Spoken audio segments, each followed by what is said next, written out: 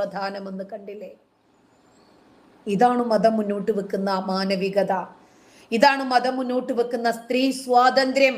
ഇതിനെക്കുറിച്ച് പറഞ്ഞാൽ ഇവന്മാര് വന്ന് തെറി വിളിക്കും എന്ന് കരുതി പറയാതിരിക്കാൻ പറ്റുമോ? പറയും.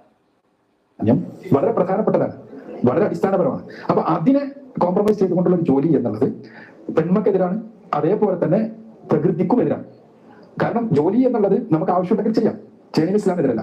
പക്ഷെ അടിസ്ഥാനപരമായി പ്രകൃതി കൊടുത്ത ദൗത്യം, പെണ്ണിനെ സാമ്പത്തികമായി സ്വാശ്രയത്വം നിങ്ങൾ പറയുന്ന സംഭവം, ആ സാമ്പത്തിക സ്വാശ്രയത്വം എന്നുള്ളത് ഏതൊരു തലത്തിലാണ്? ആണ് സംരക്ഷിക്കാത്തൊരവസ്ഥ ഉണ്ടെങ്കിൽ മാത്രമാണ് നിങ്ങൾ പറഞ്ഞ ഒരു സ്വയം പര്യാപ്തമെങ്കിലും പ്രശ്നം പറഞ്ഞോളൂ. അവിടെ ഇസ്ലാം പഠിപ്പിക്കുന്നത് തന്റെ പുരുഷൻ സംരക്ഷിക്കാത്തൊരവസ്ഥ വന്നാൽ പോലും അവൾ അനാഥമാകുന്ന അവസ്ഥ വരുന്നില്ല. കാരണം അവളുടെ ആങ്ങളമാർക്ക് ഉത്തരവാദിത്തമുണ്ട്, അവളുടെ പിതാവിന് ഉത്തരവാദിത്തമുണ്ട്, അവരുടെ അടുത്ത ആൺബന്ധുക്കൾക്ക് ഉത്തരവാദിത്തമുണ്ട്, അവളുടെ കാര്യങ്ങൾ നോക്കാൻ. അപ്പൊ അതുകൊണ്ട് തന്നെ തൊഴിലിനേക്കാളും ഇസ്ലാം പ്രാധാന്യം കൊടുക്കുന്ന ഒരു സംശയമില്ല കുടുംബത്തിന് തന്നെയാണ്. പക്ഷേ കുടുംബത്തിന്റെ തലത്തിൽ ഒരു വിവാഹം കഴിയുന്നതോടുകൂടി ഈ ജോലി എന്തെങ്കിലും സമൂഹത്തിന് സേവനം ചെയ്യാനുള്ള അവസരങ്ങൾ അവസാനിപ്പിക്കണം എന്നല്ലേ പറഞ്ഞതിനർത്ഥം. കുടുംബത്തെ, കുട്ടികളുടെ ആരോഗ്യത്തെ കോംപ്രമൈസ് ചെയ്യുന്ന രൂപത്തിൽ അതായിക്കൂടാന്നതാണ്. അപ്പൊ ജോലി എന്നുള്ളത് നമ്മൾ വിദ്യാഭ്യാസം ചെയ്തു എന്നുള്ളത് കൊണ്ട്, പഠിച്ചു എന്നുള്ളത് കൊണ്ട് ജോലി ചെയ്തു കൊള്ളണം എന്നുള്ള നിർബന്ധവും ഇല്ല. കാരണം പഠിക്കുന്നത് കേവലം ജോലിക്ക് വേണ്ടി മാത്രമല്ല, നമ്മുടെ സ്വയം ഉയർച്ചക്കാണ് പഠനം, അതോടൊപ്പം തന്നെ നമ്മുടെ മക്കൾക്ക് വേണ്ടിയാണ് പഠനം, നമ്മുടെ സമൂഹത്തിന് വേണ്ടിയാണ് പഠനം. ഇതിനൊക്കെ വേണ്ടിയിട്ട് 4-ാം ക്ലാസ് വരെ പഠിക്കുന്നില്ലേ? പോരേ. ശരി, ഉപയോഗപ്പെടുത്താൻ പറ്റും. മാത്രമല്ല പെണ്ണിനെ സംബന്ധിച്ചിടത്തോളം ഇതെല്ലാം തന്നെ ഒരു മാതൃത്വം എന്നുള്ള ഉത്തരവാദിത്വം എല്ലാം തന്നെ ഒരു പ്രത്യേക കാലയളവിൽ പരിമിതമാണ്.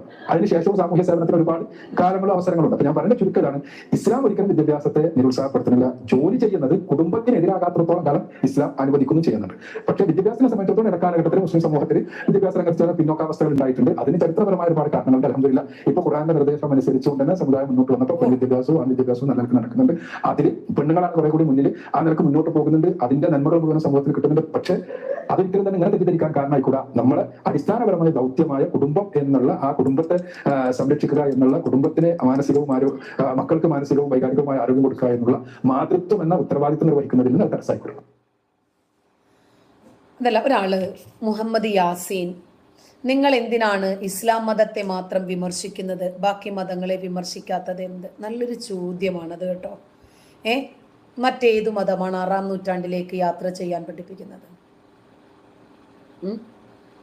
ഇറാഖില് 18 വയസ്സിൽ നിന്നും പെൺകുട്ടികളുടെ വിവാഹപ്രായം 9 ആക്കിയിരിക്കുന്നു. ആ കുഞ്ഞിന്റെ വിദ്യാഭ്യാസം എത്രയാ? എത്രാം ക്ലാസ് വരെ ആ കുഞ്ഞിന് പഠിക്കാൻ പറ്റും? ആൺകുട്ടികളുടെ വിവാഹപ്രായം 15 വയസ്സ്. മറ്റേതു മതമാണ് അങ്ങനെ പറയുന്നതെങ്കിൽ നമ്മൾ വിമർശിക്കും. ഇസ്ലാമിൽ അങ്ങനെ പറയുന്നത് കൊണ്ടും, ഇറാഖ് ഒരു ഇസ്ലാമിക രാജ്യമായതുകൊണ്ടും, ആ ഇസ്ലാമിക നിയമത്തിലേക്ക് തിരിച്ചു പോയത് കൊണ്ടുമാണ് സംസാരിക്കേണ്ടി വരുന്നത്. മറ്റേതെങ്കിലും മതത്തെ കുറിച്ചിട്ടാണ് ആ മതഗ്രന്ഥത്തിൽ ഇങ്ങനെ പറഞ്ഞതെങ്കിൽ നമ്മൾ അതിനെ വിമർശിക്കും തീർച്ചയായിട്ടും. ഇപ്പൊ ഏതെങ്കിലും ഒരു മതത്തെ മാത്രം വിമർശിക്കണം, ഇസ്ലാമിനെ മാത്രം വിമർശിക്കണമെന്നും നമുക്ക് ആർക്കും താല്പര്യമില്ല. പക്ഷേ മനുഷ്യന്റെ എല്ലാ തരത്തിലുള്ള പുരോഗതിയെയും തടസ്സപ്പെടുത്തുന്നത് കൊണ്ട്, മനുഷ്യന്റെ ഒരു തരത്തിലുള്ള ഉന്നതിയെയും പ്രോത്സാഹിപ്പിക്കാത്തത് കൊണ്ട്, സ്ത്രീയെ വെറും ഒരു ഭോഗവസ്തുവായി മാത്രം കാണുന്നത് കൊണ്ട് നമുക്കതിനെ വിമർശിക്കേണ്ടി വരിക.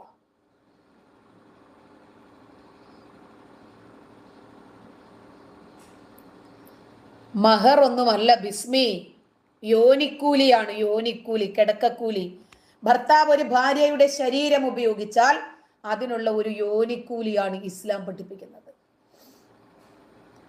ഈ 9 വയസ്സിലേക്ക് പെൺകുട്ടികളുടെ വിവാഹപ്രായം മാറുമ്പോൾ എന്ത് സന്ദേശമാണ് ഇവർ സമൂഹത്തിന് നൽകുന്നത്?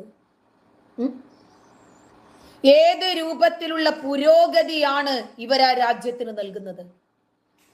ഈ 4-ാം ക്ലാസ് വരെ വിദ്യ അഭ്യസിച്ച് ഒരു 9 വയസ്സിൽ ഭാര്യയാകുന്ന ഒരു പെൺകുട്ടി ഏത് രൂപത്തിലുള്ള പക്വത നേടണമെന്നാണ് ഇവർ മുന്നോട്ട് വെക്കുന്ന ആശയം. ഈ ലോക രാജ്യങ്ങളൊക്കെ പുരോഗതിയിലേക്ക് പോകുന്നത് ഇവർ കാണുന്നില്ലേ? ആ രാജ്യങ്ങളുടെയൊക്കെ വളർച്ചയും ഉന്നതിയും മാറ്റവും ഇവർ കാണുന്നില്ലേ? 18 വയസ്സിൽ നിന്നാണ് 9 വയസ്സിലേക്ക് ഇറാഖ് വിവാഹപ്രായം കുറച്ചിരിക്കുന്നത്.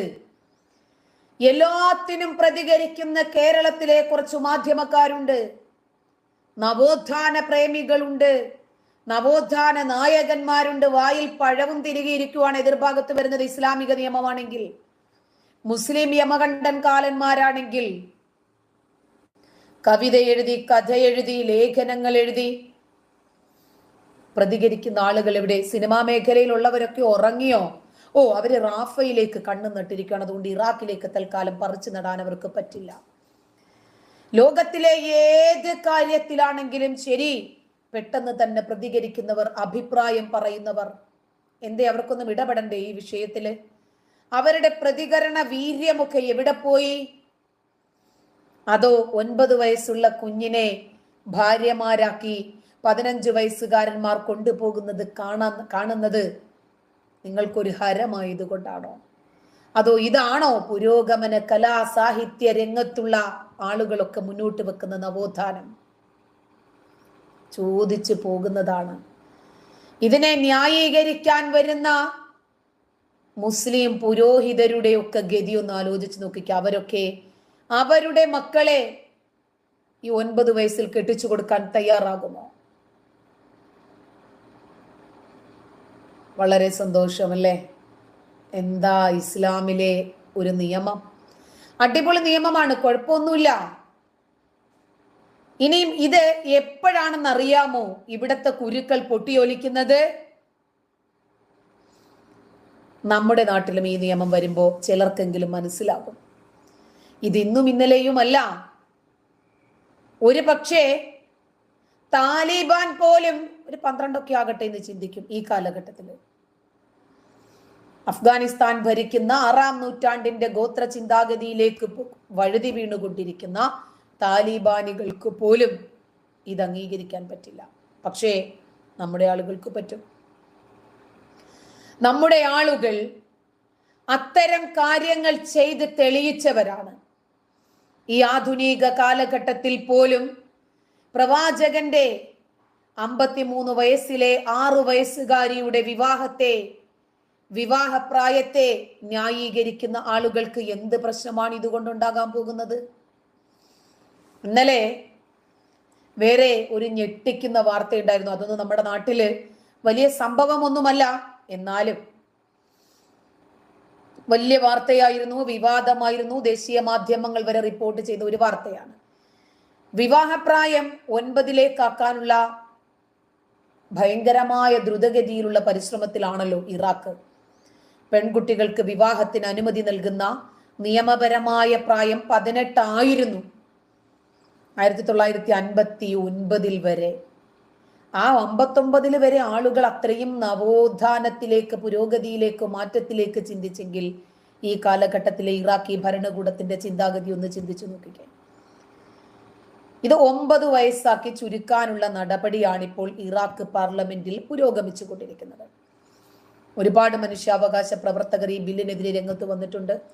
സോഷ്യൽ മീഡിയയിലും ബില്ലിനെതിരെ വിമർശനം ശക്തമാണ്.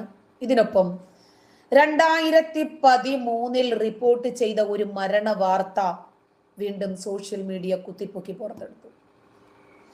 8 വയസ്സുള്ള ഒരു യമനി പെൺകുട്ടി വിവാഹ ദിവസം രാത്രി ആന്തരിക രക്തസ്രാവത്തെ തുടർന്ന് മരണത്തിന് കീഴടങ്ങുന്നു. യൂറോപ്യൻ യൂണിയൻ അടക്കം ഇടപെട്ട സംഭവം 2013 സെപ്റ്റംബറിലാണ് റിപ്പോർട്ട് ചെയ്യുന്നത്. കുട്ടിയേക്കാൾ 5 ഇരട്ടി പ്രായമുള്ള 40-കാരനായിരുന്നു വരൻ. ഈ 40 വയസ്സുകാരൻ 8 വയസ്സുള്ള കുഞ്ഞ്. ക്രൂരം കേട്ടോ ഇത്. യമനിലെ ഉത്തര പടിഞ്ഞാറൻ മേഖലയിലുള്ള ഹജ്ജ എന്ന് പറയുന്ന പ്രവിശ്യയിലെ മീതി ടൗണിലായിരുന്നു ഈ സംഭവം. വിവാഹം കഴിഞ്ഞ ആ ദിവസം തന്നെ രാത്രി കുട്ടിക്ക് ആന്തരിക രക്തസ്രാവം ഉണ്ടായി.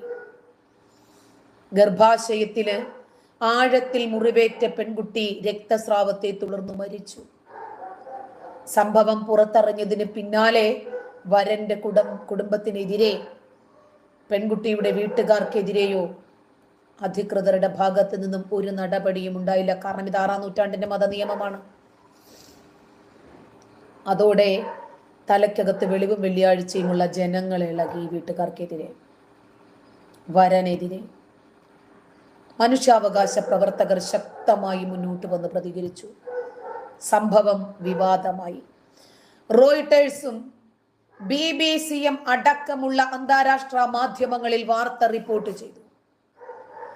പെൺകുട്ടിയെ വളർത്തി വലുതാക്കുന്നതിനുള്ള ചെലവ് ഇല്ലാതാക്കാനും സ്ത്രീധനം കൊടുക്കുന്നത് ഒഴിവാക്കാനും കുട്ടികളെ ചെറിയ പ്രായത്തിൽ വിവാഹം കഴിപ്പിക്കുന്ന രീതി യമനിൽ പതിവായിരുന്നു. അവരുടെ മതനിയമമാണത്.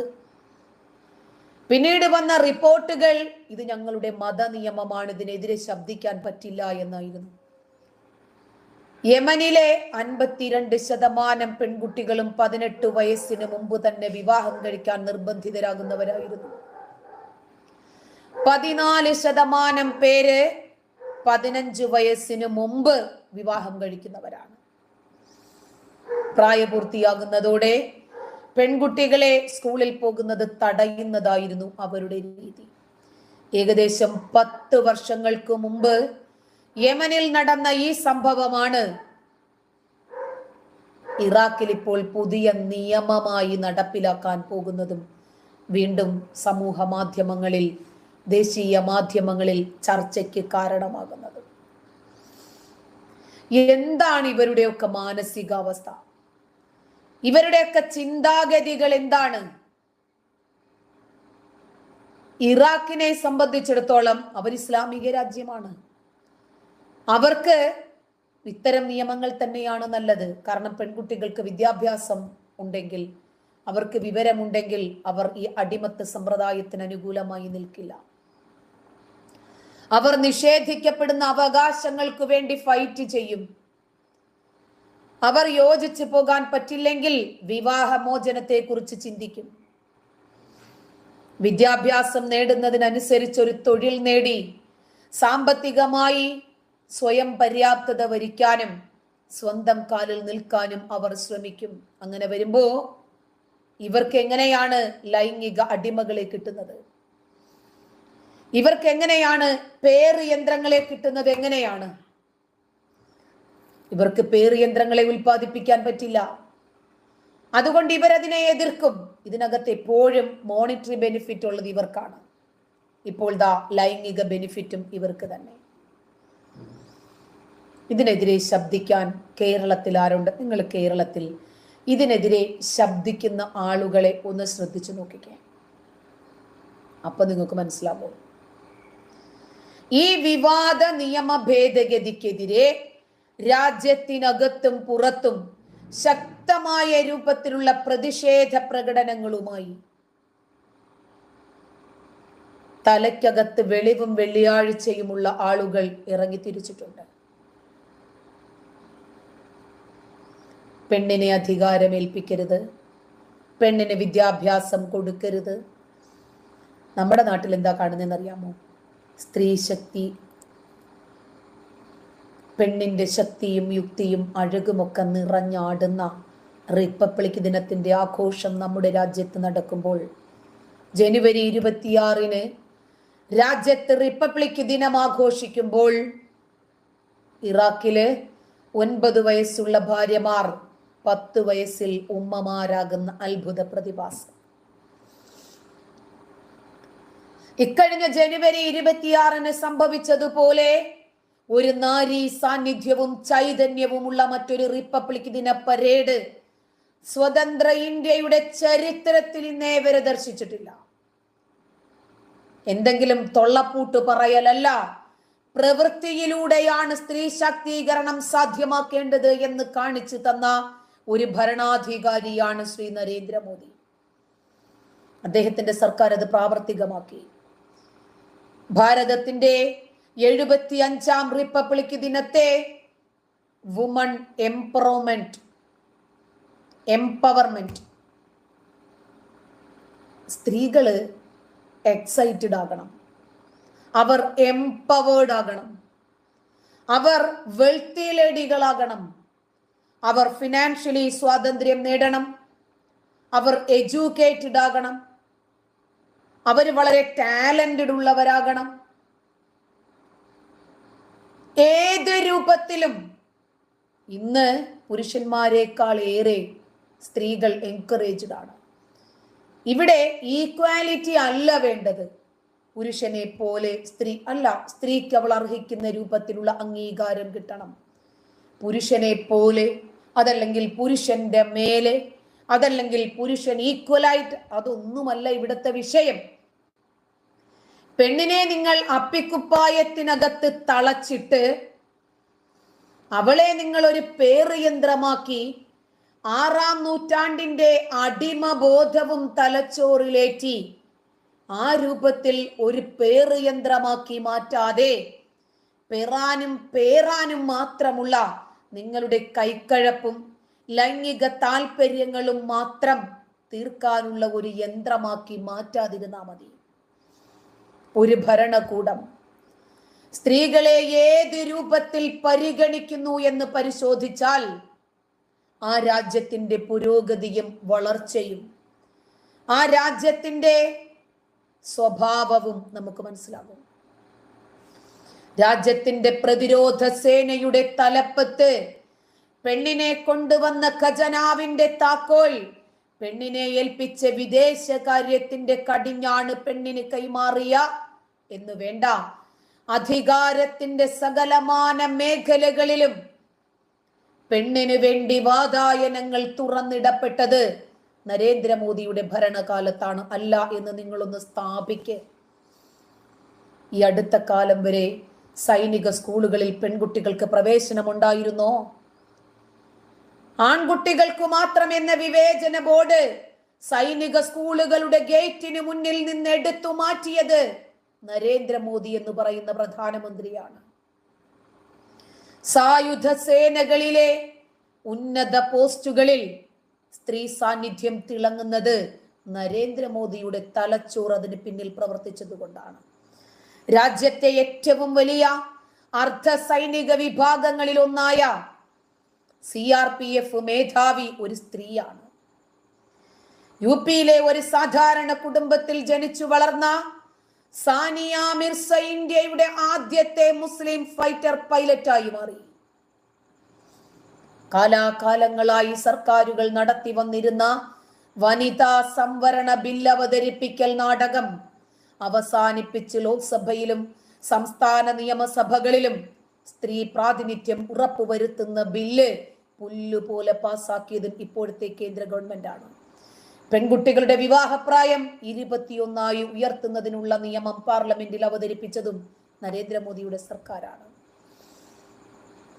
മുത്തലാഖ് ബില്ലിനെതിരെ 5 സ്ത്രീകൾ സുപ്രീം കോടതിയെ സമീപിച്ചത് നമുക്ക് ഓർമ്മയുണ്ട്. മുത്തലാഖ് പറഞ്ഞ് സ്ത്രീകളെ ഇരുട്ടിന്റെ ഉള്ളറകളിലേക്ക് വലിച്ചെറിയുന്ന, സ്ത്രീകളെ വിധവകളാക്കിയും അവരുടെ മക്കളെ നോക്കാനും കാണാനും ആരുമില്ലാതെ വിദ്യാഭ്യാസമില്ലാത്ത തെരുവ് ഗുണ്ടകളാക്കി മാറ്റുന്നതിൽ നിന്നുമൊക്കെ ഒരു നിയന്ത്രണം കൊണ്ടുവരണം എന്നാഗ്രഹിച്ച് പുരുഷന്മാർ, ആ രൂപത്തിൽ സ്ത്രീകളെ ഒഴിവാക്കുന്ന പുരുഷന്മാരെ അഴിയെണ്ണിപ്പിക്കുന്ന നിയമം നിലവിൽ കൊണ്ടുവന്നത് നരേന്ദ്രമോദിയുടെ ഭരണകാലത്താണ്. മാനവ വികസന സൂചികയിൽ മറ്റെല്ലാ സംസ്ഥാനങ്ങളെക്കാളും ബഹുദൂരം മുന്നിലായ കേരളത്തിൽ ഇന്നേ വരെ ഒരു വനിതാ മുഖ്യമന്ത്രി ഉണ്ടാകാത്തത് കഴിവുള്ളവരില്ലാത്തത് കൊണ്ടല്ല, ഇവിടെയുള്ള എല്ലാ സ്ത്രീകളും കഴിവുകെട്ടവരായതുകൊണ്ടല്ല. മന്ത്രിസ്ഥാനത്തൊക്കെ ഇരുന്ന് കഴിവ് തെളിയിച്ച് ജനപ്രിയരായി മാറിയ സ്ത്രീകൾ ആ ഒരൊറ്റ കാരണത്താൽ പുറത്താക്കപ്പെടുകയാണ്, പരസ്യമായി അവഹേളിക്കപ്പെടുകയാണ്, അപമാനിക്കപ്പെടുകയാണ്. ഏറ്റവും ഒടുവിൽ ശൈലജ ടീച്ചറിനെതിരെയുള്ള കാഫിർ പരാമർശത്തിന്റെ ബേസ് എവിടെ നിന്നാണ് എന്നിപ്പോഴിതാ പുറത്തു വന്നു കഴിഞ്ഞു. ആദ്യത്തെ കോലാഹലങ്ങളൊന്നും ഇപ്പൊ കേൾക്കുന്നുമില്ല. കേരളത്തിലെ ഏറ്റവും വലിയ പാർട്ടിയായ CPM-ന് ഇന്നേ വരെ ഒരു വനിതാ ജില്ലാ സെക്രട്ടറി ഉണ്ടോ? ഇവിടുത്തെ കോൺഗ്രസും BJP-യും ഒക്കെ ഒരു പറ്റം പുരുഷന്മാരുടെ മെഗാ ഷോയാണ്. മാറ്റത്തിന്റെ തിരമാലകളെ ഒരു കടലിനും ഒഴുക്കിക്കളയാൻ പറ്റില്ല, തടഞ്ഞു നിർത്താൻ പറ്റില്ല. ജാതിക്കും മതത്തിനും സംഘടനകൾക്കുമൊക്കെ അതീതമായി കഴിവുള്ളവർ അതാതു മേഖലകളിൽ വിരാജിക്കപ്പെടണം. ഇത്തരം കാമഭ്രാന്തന്മാരുടെയും മതവെറിയന്മാരുടെയും 6-ാം നൂറ്റാണ്ടിന്റെ ഗോത്ര നിയമത്തിലേക്ക് സഞ്ചരിച്ചു കൊണ്ടിരിക്കുന്ന ഇത്തരം വിവരദോഷികളുടെയും പിടിയിൽ നിന്നും നമ്മുടെ സ്ത്രീകൾക്ക് മോചനം ലഭിക്കണമെങ്കിൽ ഇന്ത്യയിലെ സ്ത്രീകൾക്കും പുരുഷന്മാർക്കും ഒരു സിവിൽ നിയമം അഥവാ യൂണിഫോം സിവിൽ കോഡ് വേണം. മോദി സർക്കാരിന് അത് സാധിക്കും. ദൃഢമായ തീരുമാനമാണ് സ്വാതന്ത്ര്യ ദിനത്തിന്റെ അന്ന് നരേന്ദ്രമോദി നമ്മളുമായി പങ്കുവച്ചത്. അതാണ് ആകെയുള്ള പ്രതീക്ഷ. ഈ രാജ്യത്തിന്റെ ഒരു കുടുംബത്തിന്റെ ഡിസിഷൻ മേക്കിങ്ങില് സ്ത്രീകളുടെ പങ്കാളിത്തം ഉണ്ടാകുമ്പോഴാണ് ആ നാട് മുന്നോട്ട് കുതിക്കുന്നത്. ഒരു സ്ത്രീ നന്നായാൽ ഒരു കുടുംബം നന്നാകുമെന്നും, ഒരു കുടുംബം നന്നായാൽ ഒരു നാട് നന്നാകുമെന്നും, ഒരു നാട് നന്നായാൽ ഒരു രാജ്യം നന്നാകുമെന്നും നമ്മൾ പറയുന്നത് അതുകൊണ്ടാണ്. ഇസ്രായേൽ എന്ന കുഞ്ഞു രാജ്യം ഒരു അറബ് രാജ്യങ്ങൾക്കും മറ്റൊരു രാജ്യങ്ങൾക്കും തോൽപ്പിക്കാൻ സാധിക്കാത്ത വിധം ശക്തിയായി വളർന്നതിന്റെ പിന്നിൽ സകലമാന മേഖലകളിലും ഇസ്രായേലിൽ സ്ത്രീ സാന്നിധ്യമുണ്ട്. സ്ത്രീകളെ അവരെ ആദരിക്കുകയും അവരെ ബഹുമാനിക്കുകയും അവരെ അംഗീകരിക്കുകയും ചെയ്യുന്നത് കൊണ്ടാണ് ആ രാജ്യം ഉയർച്ചയിലും വളർച്ചയിലും എത്തി നിൽക്കുന്നത്. ആത്മവിശ്വാസത്തിന് ഇസ്രായേലിനെ തോൽപ്പിക്കാൻ ഒരു രാജ്യത്തിനും സാധിക്കില്ല. റിപ്പബ്ലിക് ദിന പരേഡും മാർച്ചും നയിച്ച വനിതകൾ മാറുന്ന ഇന്ത്യയുടെ തിളക്കവും മുഖപ്രസാദവുമാണ് നമ്മൾ കണ്ടുകൊണ്ടിരിക്കുന്നത്. പെണ്ണൊരുമ്പെട്ടാൽ ഒരു രാജ്യം നന്നാകും, ഒരു കുടുംബം നന്നാകും, ഒരു നാട് നന്നാകും. ലോകത്തിന് തന്നെ വലിയ രൂപത്തിലുള്ള മാറ്റങ്ങൾ ഉണ്ടാക്കാൻ സാധിക്കുമെന്ന് നമുക്ക് പല രാജ്യങ്ങളും തെളിയിച്ചു തന്നുകൊണ്ടിരിക്കുകയാണ്.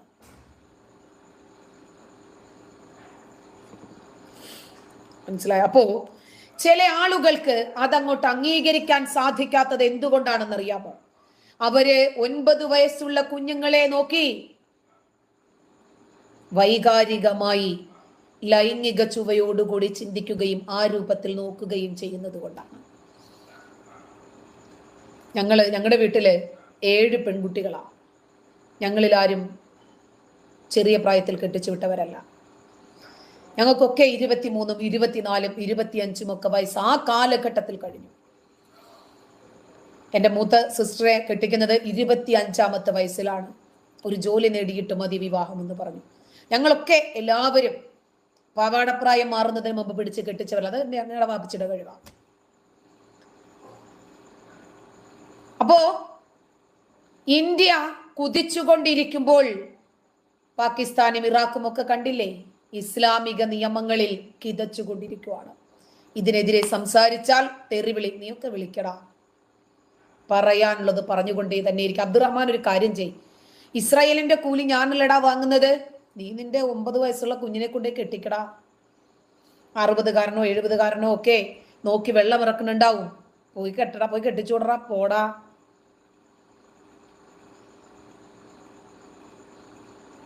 ഒന്നും അല്ലെങ്കിൽ നമുക്ക് നബിയുടെ സുന്നത്തെടുത്ത കൂലിയെങ്കിലും കിട്ടുമല്ലോ.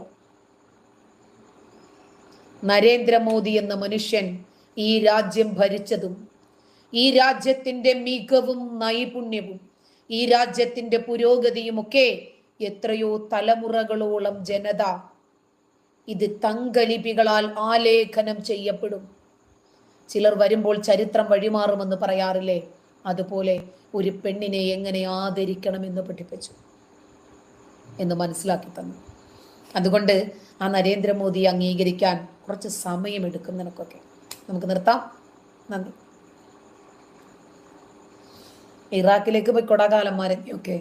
അബ്ദുറഹ്മാനെ പെട്ടെന്ന് ഇറാഖിലേക്ക് പോയിക്കൊടാ.